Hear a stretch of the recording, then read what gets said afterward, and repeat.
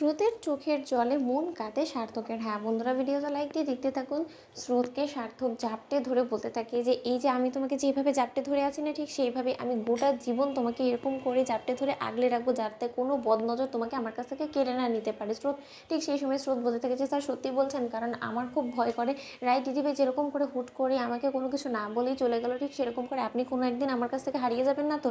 ঠিক সেই সময় সার্থক বলতে থাকে যে বালাই সেটা আমি তোমার কাছ থেকে কেন হারাতে যাবো বলো তো, কারণ আর যাই হোক না কেন কেউ কারো প্রিয় মানুষের কাছ থেকে নিজেকে দূরে সরিয়ে নিতে পারে বলো তো। আর আমি কতদিনই বা তোমাকে ছাড়া থাকতে পারবো বলো তো। এখন যে কন্ডিশন হয়ে দাঁড়িয়েছে, আমার তো তোমাকে ছাড়া এক বিন্দুও চলে না, আমি তো তোমাকে চোখে হারাই, তুমি সেটা বুঝতে পারো না। স্রোত ঠিক সেই সময় স্রোত বলতে থাকে যে স্যার জানেন তো, কেন জানেন আমার সবসময় এরকমটা মনে হয় যে আপনার এবং আমার মধ্যে এখন যে সম্পর্কটা তৈরি হচ্ছে, সেই সম্পর্কটা খুব একটা বেশি দিন টিকবে না, কারণ দেখবেন ঠিক কোনো না কোনোভাবে আমাদের মধ্যে নতুন করে আবার কোনো অশান্তির সৃষ্টি হবে, আর তার আভাস আমি এখন থেকেই পাচ্ছি। ঠিক সেই সময় সার্থক বলতে থাকে যে কেন তোমার হঠাৎ করে এটা কেন মনে হচ্ছে। ঠিক সেই সময় স্রোত বলতে থাকে যে দেখুন না স্যার, রায় দিদিভাইয়ের হাজব্যান্ডের কিন্তু একটা অতীত ছিল, এবং সেই অতীতটা কিন্তু বর্তমানে এসে রায় দিদিভাইয়ের গোটা জীবনটাকে উলটপুলট করে রেখে দিল। ঠিক সেইভাবে তো আপনারও একটা অতীত আছে, সেটা নিয়ে ভুলে গেলে কী করে চলবে বলুন তো।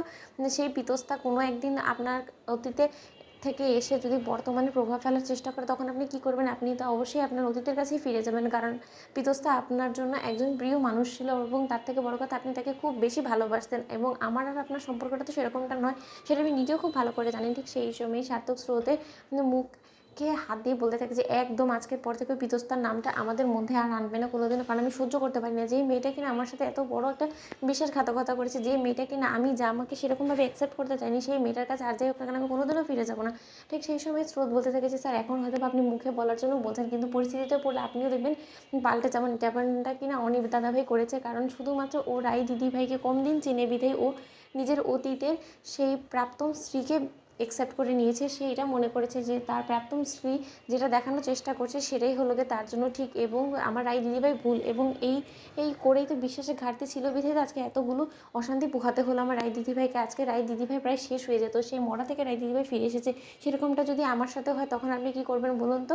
ঠিক সেই সময় সার্থক বলতে থাকে যে মরা থেকে রায় দিদিভাই ফিরে এলো, আমি কোনোদিনও তোমাকে মরতেই দিব না, তাহলে তোমাকে ফিরিয়ে আনার প্রশ্নই বা কোথা থেকে উঠছে বলো তো। শুনো স্রোত, আমি তোমাকে একটা কথা বলে দিচ্ছি, আমাদের মধ্যে অতীত কোনোদিনও আর প্রভাব ফেলতে পারবে না, কারণ আমি তোমাকে যে পরিমাণে বিশ্বাস করি, আমাদের বিশ্বাসে কোনো রকম কোনো ঘাটতি নেই, এবং আমাদের বিশ্বাসের মধ্যে কেউ ফাটল ধরাতে পারবে না। ঠিক সেই সময় স্রোত বলতে থাকে যে স্যার এরকম করে আপনি সবসময় আমাকে আগলে রাখবেন, দেখবেন আমাদের মধ্যে আর কেউ কোনোদিনও কোনো ফাটল ধরাতে পারবে না। আমার সবসময়কার যে ভয়টা আছে সেটা আজকে দূর হয়ে গেলো স্যার, শুধুমাত্র আপনার এই কয়েকটা কথায়। ঠিক সেই সময় সার্থক বলতে থাকছে একদম টেনশন করো না, আমাদের সম্পর্কটা কোনোদিনও ভাঙবে না, যদি না তুমি ইচ্ছাকৃতভাবে না ভেঙে দিতে চাও।